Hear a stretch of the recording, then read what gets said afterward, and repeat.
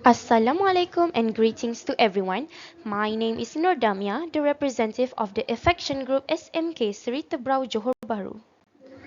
As most people probably already know, Malaysia lacks clear road lines that cannot be seen during nighttime and rain even though it isn't heavy, as this caused a large number of car accidents on the road which led to certain deaths. And these are some of the proof we can find on the web. With these problems, we found a way as the solution. Since the road lines were unclear using paints, we suggest using fluorescent liquid as this is much more efficient and uses less energy than other liquids. Our product is called Gleaming Bottle, in which we use plastic bottles and fill them with fluorescent liquid. We recommend cementing it inside the tarred roadway to prevent it from getting smashed underneath the vehicles. This will be confirmed that drivers can surely see the road line during nighttime and rain.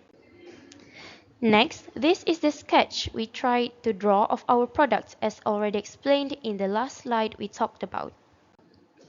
Lastly, the materials we would use are presented in this slide. That's all from us. Thank you.